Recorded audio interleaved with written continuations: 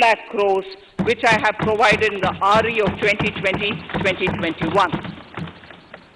For 21-22, I propose a sharp increase in capital expenditure and thus have provided 5.54 lakh crores, which is 34.5% more than the BE of 2020-2021.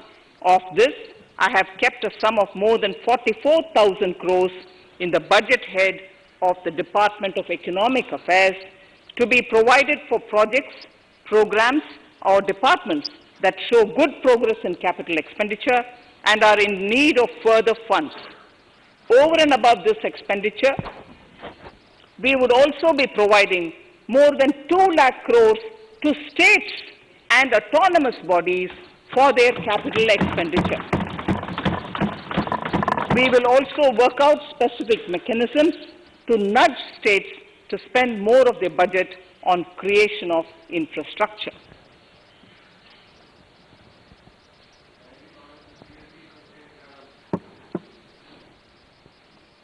Roads and highways infrastructure. More than 13,000 kilometer length of roads at a cost of 3.3 lakh crores has already been awarded under the 5.35 lakh crores Bharatmala Pariyojana project, of which 3,800 kilometers have been constructed. By March 2022, we would be awarding another 8,500 kilometers and complete an additional 11,000 kilometers of national highway corridors. To further augment road infrastructure, more economic corridors are also being planned. Some are 3,500 kilometers of national highway works in the state of Tamil Nadu at an investment of 1.03 lakh crores. These include Madurai-Kollam corridor, Chittoor-Tachur corridor, and construction will start next year. Second, 1,100 kilometers of national highway works in the state of Kerala at an investment of 65,000 crores, including 600 kilometer section of Mumbai-Kanyakumari corridor in Kerala. Third, 675 kilometer of highway works in the state of West Bengal at a cost of 25,000 crores, including upgradation of existing road Kolkata-Siliguri.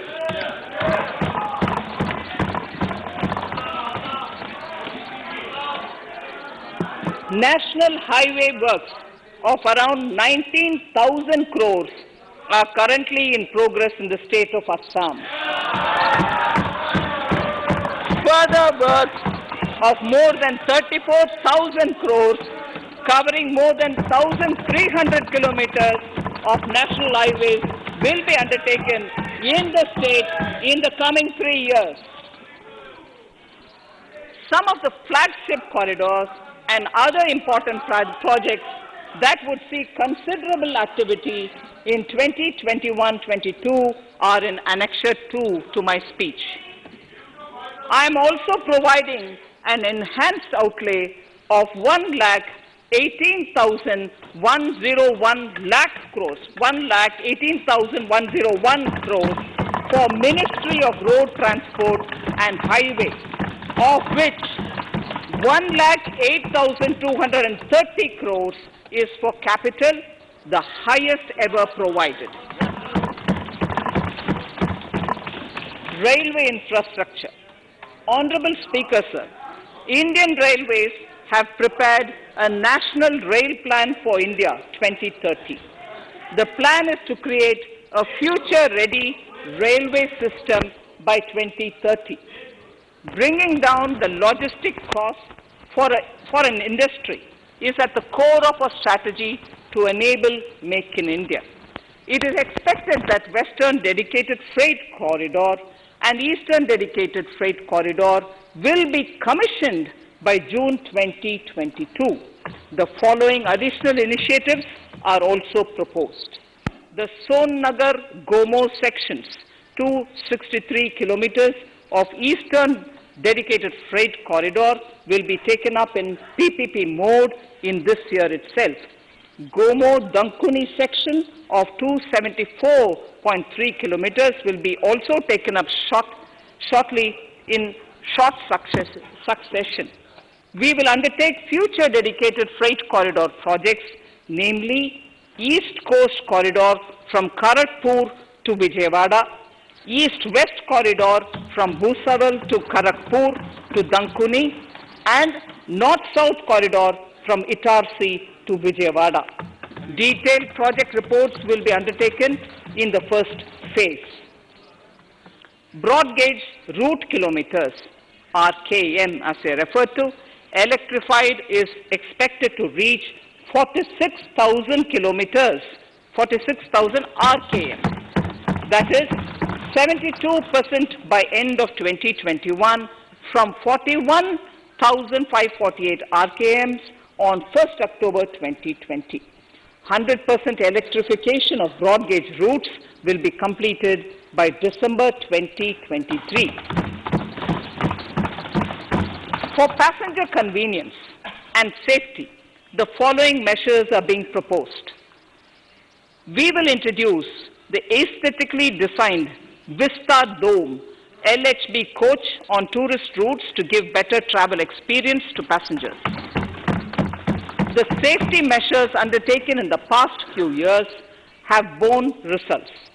To further strengthen this effort, high-density network and highly utilized network routes of Indian Railways will be provided with an indigenously developed automatic train protection system that eliminates train collision due to human error. I am providing a record sum of 1,10,055 crores for railways, of which 1,07,100 crores is for capital expenditure only. Urban infrastructure. We will work towards raising the share of public transport in urban areas through expansion of metro rail networks and augmentation of city bus services. A new scheme will be launched at a cost of 18,000 crores to support augmentation of public bus transport services. The scheme will facilitate deployment of innovative PPP models to enable private sector players to finance, to acquire, to operate, and to maintain over 20,000 buses. The scheme will boost the automobile sector, provide fillip to economic growth, create employment opportunities for our youth, and enhance ease of mobility for urban residents. A total of 702 kilometers of conventional metro is operational, and another 1,016 kilometers of metro and RRTS is under construction in 27 cities. Two new technologies, that is Metro Light and Metro Neo, will be deployed to provide metro rail systems at much lesser cost with same experience, convenience, and safety in Tier 2 cities and peripheral areas of Tier 1 cities also. Central counterpart funding will be provided to Kochi Metro Railway Phase 2 of 11.5 kilometer at a cost of 1,957.05 crores. Chennai Metro Railway Phase 2 of 118.9 kilometers at a cost of 63,246 crores. Bengaluru Metro Railway Project Phase 2A and 2B of 58.19 kilometers at a cost of 14,788 crores. Nagpur Metro Rail Project Phase 2 and Nashik Metro at a cost of 5,976 crores and 2,092 crores respectively. Power infrastructure.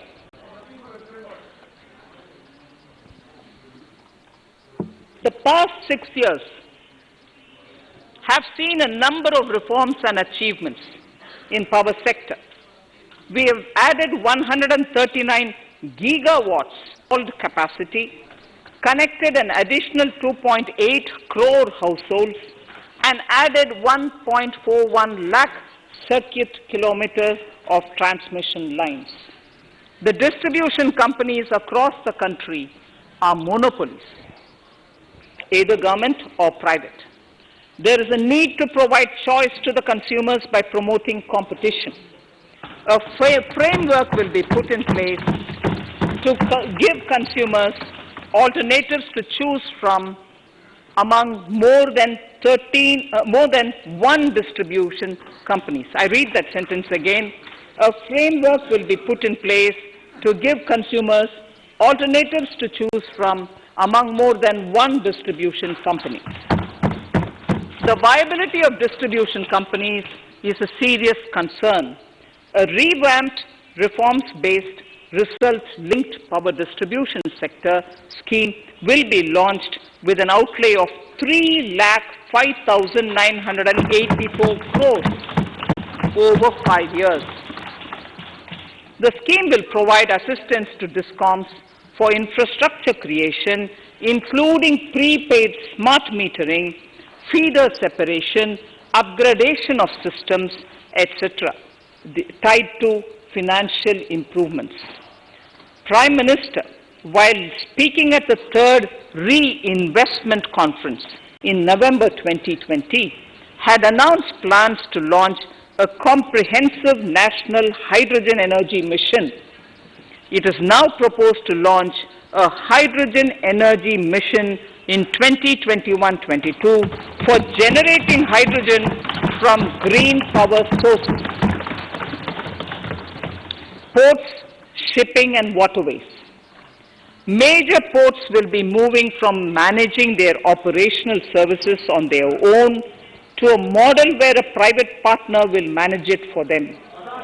For the purpose, 7 projects worth more than 2,000 crores will be offered by the major ports on private-public partnership mode in FY 21-22. A scheme for promoting flagging of merchant ships in India will be launched by providing subsidy support to Indian shipping companies in global tenders floated by ministries and CPSCs. An amount of 1,624 crores will be provided over 5 years. This initiative will enable greater training and employment opportunities for Indian seafarers, besides enhancing Indian companies' share in global shipping. India has enacted Recycling of Ships Act in 2019 and acceded to the Hong Kong International Convention. Around 90 ship recycling yards at Alang in Gujarat have already achieved HKC compliant certificates. Efforts will be made to bring more ships to India from Europe and Japan. Recycling capacities of around 4.5 million light displacement ton LDT will be doubled by 2024. This is expected to generate an additional 1.5 lakh jobs for our youth. Petroleum and natural gas. Our government has kept fuel supplies running across the country without interruption during the COVID-19 lockdown period. Taking note of the crucial nature of the sector in people's lives, the following key initiatives are being announced. 1. Ujjwala scheme, which has benefited 8 crore households, will be extended to cover 1 crore more beneficiaries. We will add 100 more districts in next 3 years to the city gas distribution network. A gas pipeline project will be taken up in the Union Territory of Jammu and Kashmir. An independent gas transport system operator will be set up for facilitation and coordination of booking of common carrier capacity in all natural gas pipelines on a non-discriminatory open access basis. Financial capital. I propose to consolidate the provisions of the SEBI Act 1992, Depositories Act 1996, Securities Contracts Regulation Act 1956, and Government Securities Act 2007 into a rationalized single Securities Markets Code. The government would support the development of a world-class fintech hub at the GIFT IFSC. To instill confidence amongst the participants in corporate bond market during times of stress and to generally enhance secondary market liquidity, it is proposed to create a permanent institutional framework. The proposed body would purchase investment-grade debt securities both in the stressed and normal times and help in the development of the bond market. In the budget 2018-19, government had announced its intent to establish a system of regulated gold in the country. For the purpose, SEBI will be notified as the regulator, and Warehousing Development and Authority will be strengthened to set up a commodity market ecosystem arrangement, including vaulting, assaying, logistics, etc., in addition to warehousing. Towards investor protection, I propose to introduce an investor charter as a right of all financial investors across all financial products. To give a further boost to the non-conventional energy sector, I propose to provide additional capital infusion of 1,000 to Solar Energy Corporation of India and 1,500 crores to Indian Renewable Energy Development Agency.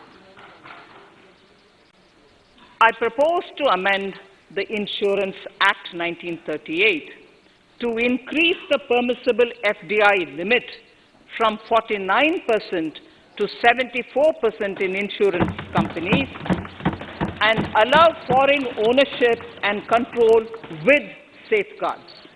Under the new structure, the majority of directors on the board and key management persons would be resident Indians, with at least 50% of directors being independent directors and specified percentage of profits being retained as general reserve.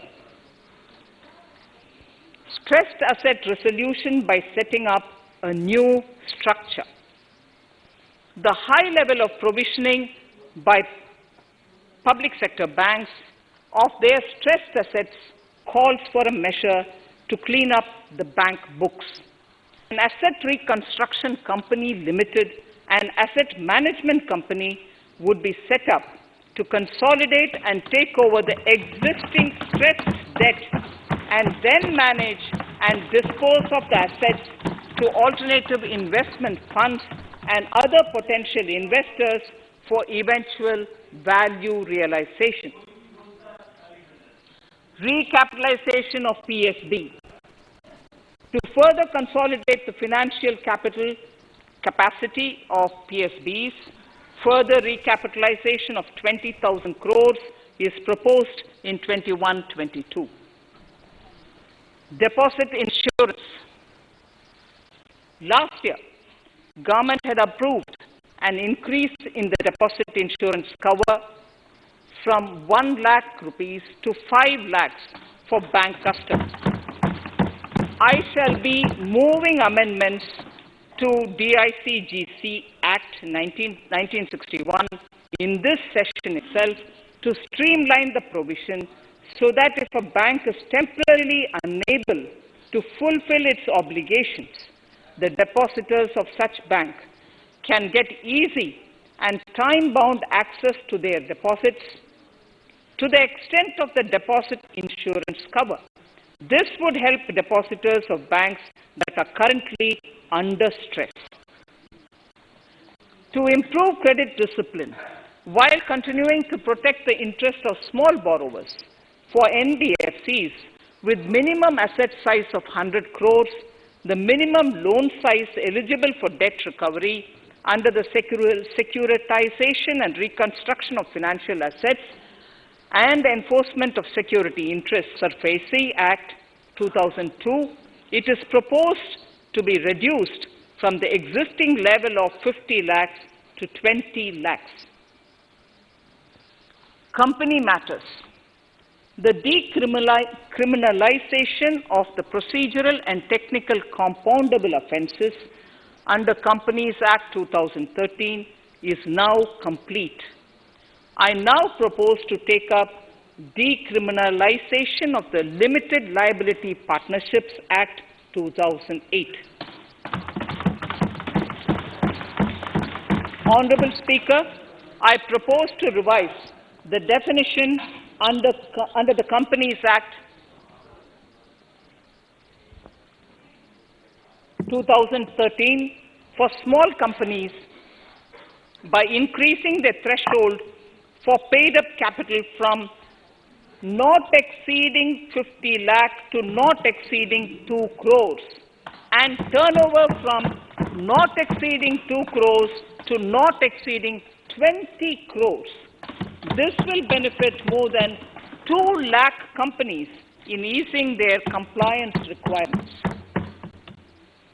As a further measure which directly benefits startups and innovators, I propose to incentivize the incorporation of one-person companies by allowing one-person companies to grow without any restriction on paid-up capital and turnover, allowing their conversion into any other type of company at any time, reducing the residency limit for an Indian citizen to set up an one-person company from 182 days to 120 days, and allow also non-resident Indians to incorporate OPCs in India.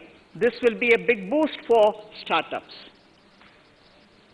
To ensure faster resolution of cases, the NCLT framework will be strengthened, e-court system shall be implemented, and alternate methods of debt resolution and special framework for MSMEs shall be introduced. During the coming fiscal, we will be launching data analytics, artificial intelligence, machine learning driven MCA 2.1 version to MCA 21 version 3.0. MCA 21 version 3.0. This version 3.0 will have additional modules for e-scrutiny, e-adjudication, e-consultation, and compliance management. Disinvestment and strategic sale. In spite of COVID-19, we have kept working towards strategic disinvestment, namely BPCL, Air India, Shipping Corporation of India, Container Corporation of India, IDBI Bank, Bharat Earth Movers Limited, Pavan Hans, Neelachal Ispat Nigam Limited, among others, would be completed in 21-22. Other than IDBI Bank, we propose to take up the 2 public sector banks and 1 general insurance company in the year 21-22. This would require legislative amendments, and I propose to introduce the amendments in this session itself. In 21-22, we would also bring the IPO of LIC, for which I am bringing the requisite amendments in this session itself. In the Atmanirbhar package, I had announced that we will come out with a policy of strategic disinvestment of public sector enterprises. I am happy to inform the House that the government has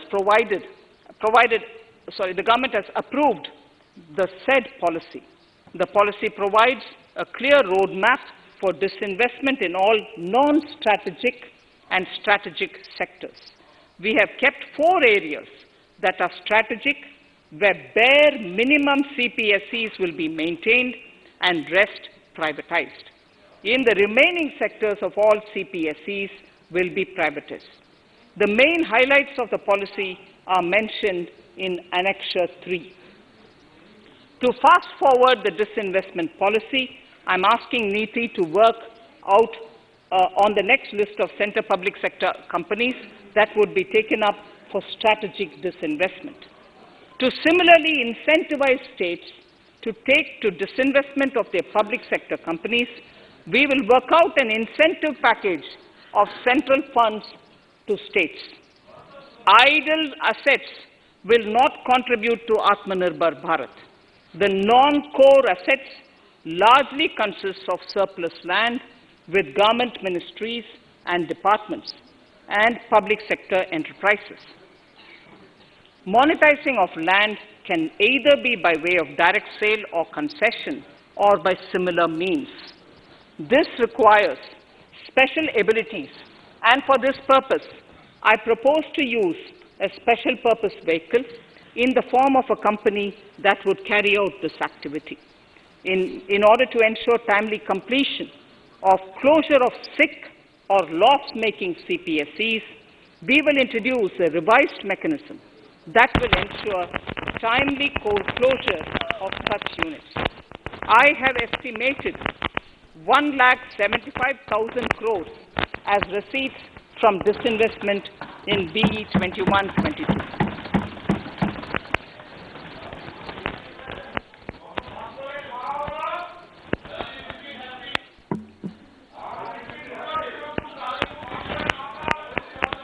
Government financial reforms. Under the Treasury single account, the TSA system, autonomous bodies directly draw funds from the government's account at the time of actual expenditure, saving interest costs. We will extend the TSA system for universal application from 21-22. On the recommendation of the 15th Finance Commission, we have undertaken a detailed exercise to rationalize and bring down the number of centrally sponsored schemes. This will enable consolidation of outlays for better impact. The government is committed to the development of multi-state cooperatives and will provide all support to them. To further streamline the ease of doing business for cooperatives, I propose to set up a separate administrative structure for them.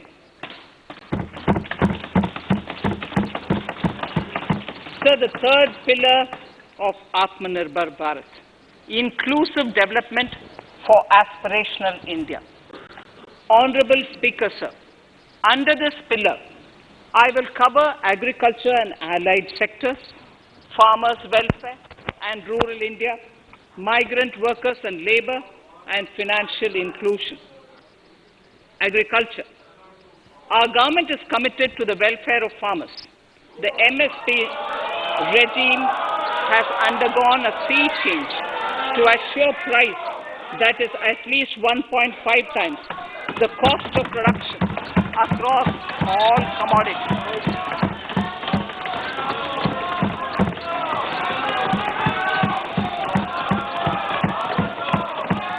The procurement has also continued to increase at a steady pace.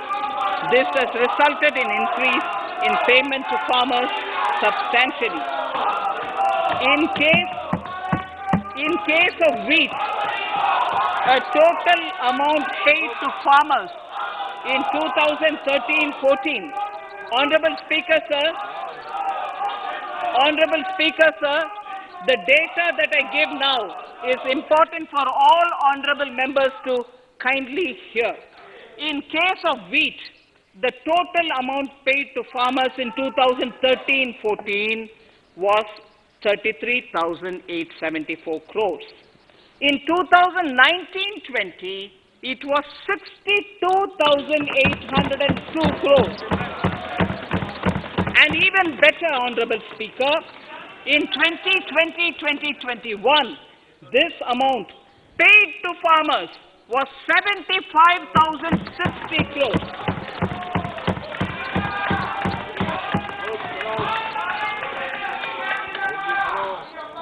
Honorable Speaker, again an important fact, the number of wheat growing farmers that were benefited increased in 2020-21 to 43.36 lakhs compared to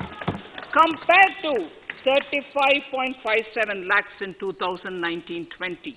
That much of an increase within 1 year.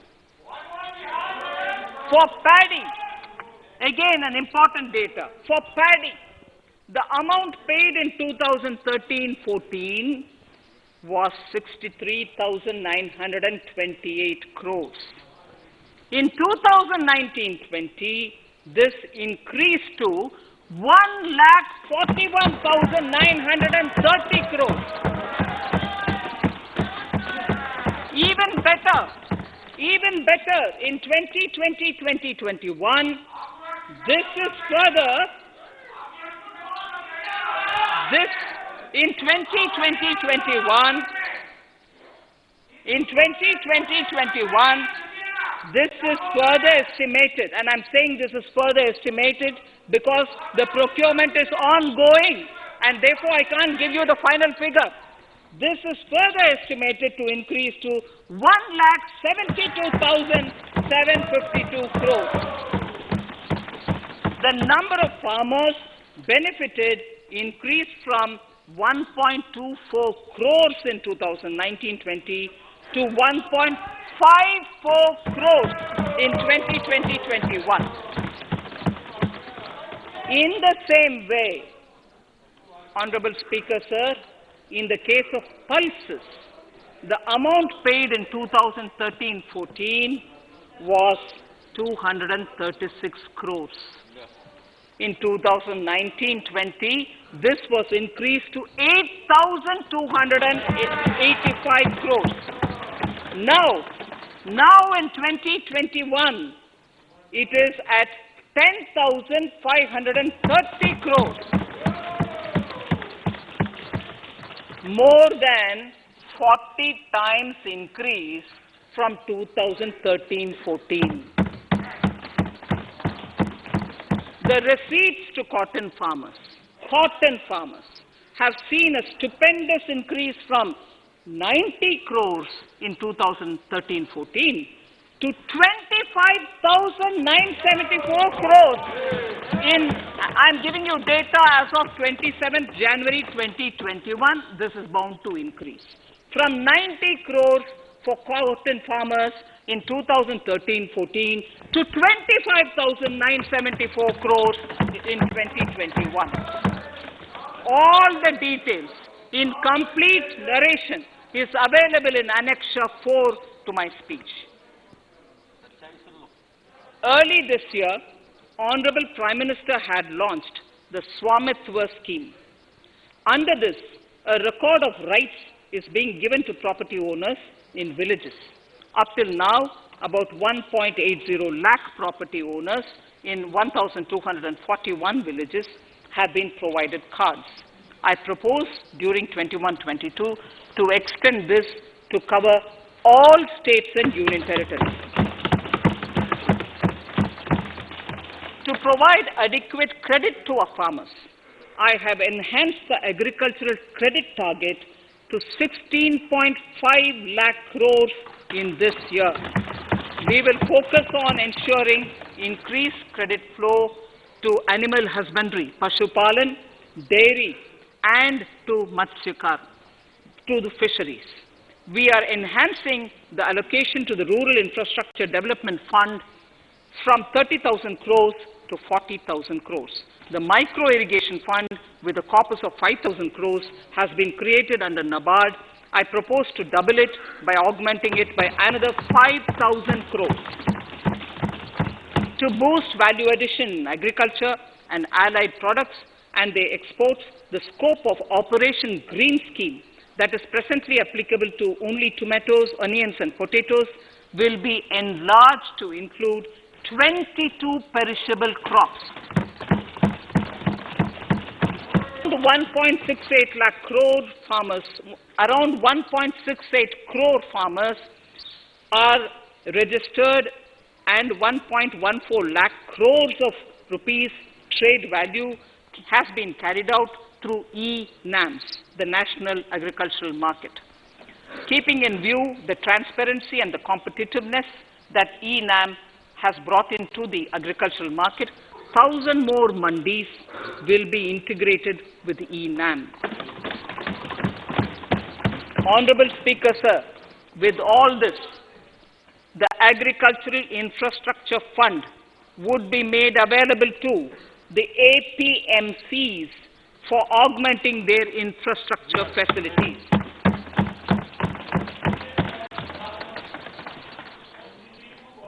Fisheries.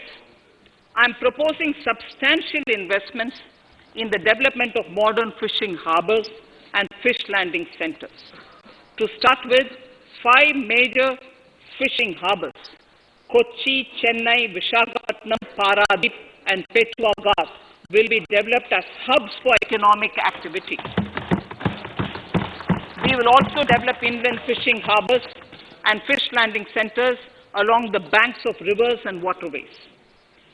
Seaweed farming is an emerging sector with potential to transform the lives of coastal communities. It will provide large-scale employment and additional incomes. To promote seaweed farming and cultivation, I propose a multi-purpose seaweed park to be established in Tamil Nadu. Migrant workers and laborers.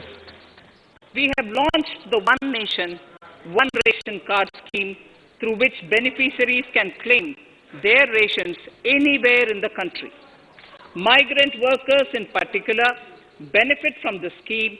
Those staying away from their families can partially claim their ration where they are stationed, while their family in their native places can claim the rest. I am happy to inform you that One Nation, One Ration Card plan is under implementation by 32 states and union territories, reaching about 69 crore beneficiaries. That's a total of 86% beneficiaries covered. The remaining 4 states and UTs will be integrated in the next few months. To further extend our efforts towards the unorganized labor force, migrant workers in particular, I propose to launch a portal that will collect relevant information on gig, building and construction workers, among others. This will help formulate health, housing, skill, insurance credit and food schemes for all migrant workers. We will process that began 20 years ago with the implementation of the 4 labor codes. For the first time globally, social security benefits will be extended to gig and platform workers.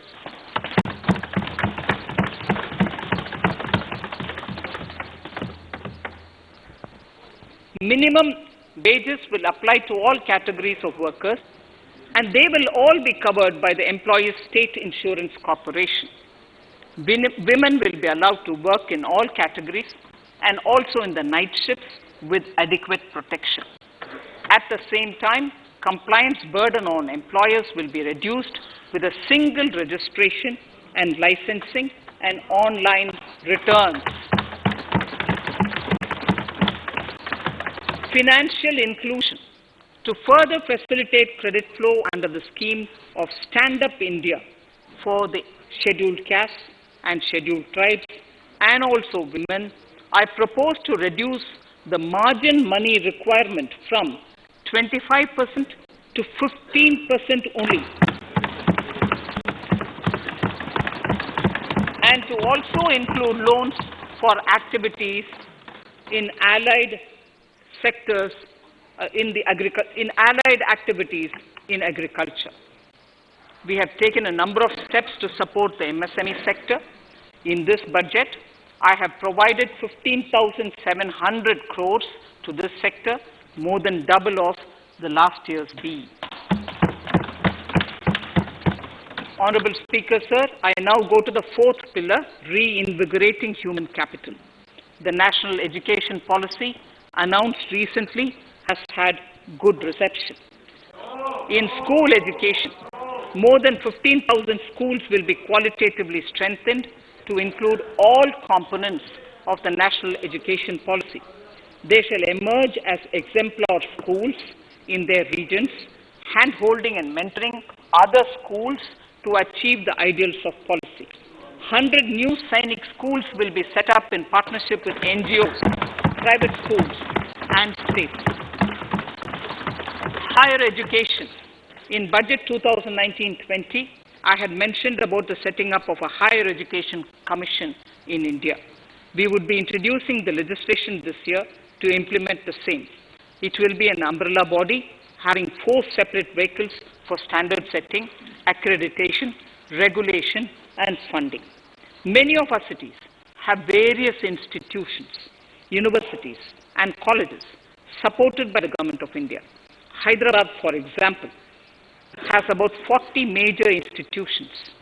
In 9 such cities, we will create a formal umbrella structure so that these institutions can have better synergy while also retaining their internal autonomy. A glue grant will be set aside for this purpose. For accessible higher education in Ladakh, I propose to set up a central university in Leh.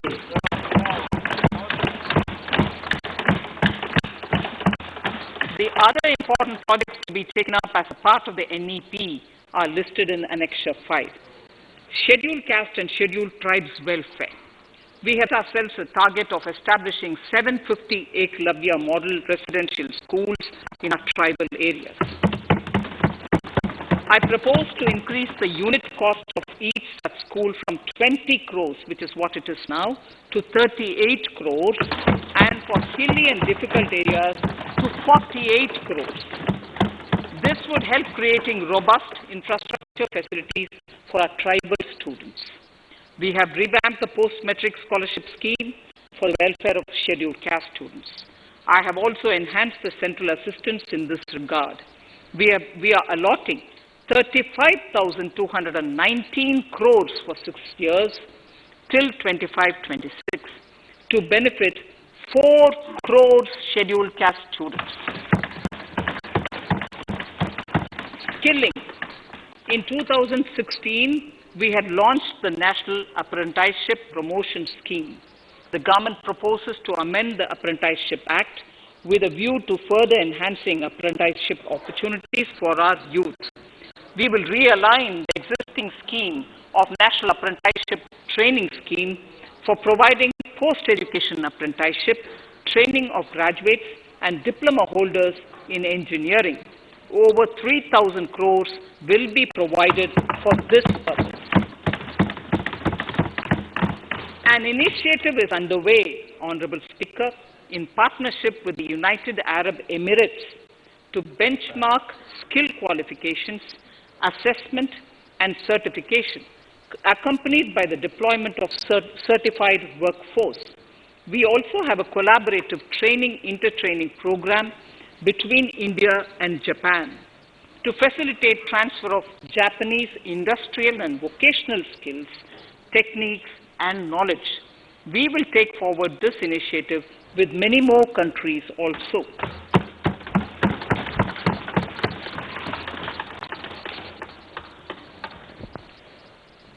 Innovation and R&D. In my budget speech of 2019, I had announced the National Research Foundation. We have now worked out the modalities, and the NRF outlay will be of 50,000 crores over 5 years. It will ensure that the overall research ecosystem in the country is strengthened with focus on identified national priority thrust areas. There has been a manifold increase in digital payments in the recent past. To give a further boost to digital transactions, I earmarked 1,500 crores for a proposed scheme that will provide financial incentive to promote digital mode of payment. We will undertake a new initiative, National Language Translation Mission. This will enable the wealth of governance and policy-related knowledge on the Internet being made available in major Indian languages.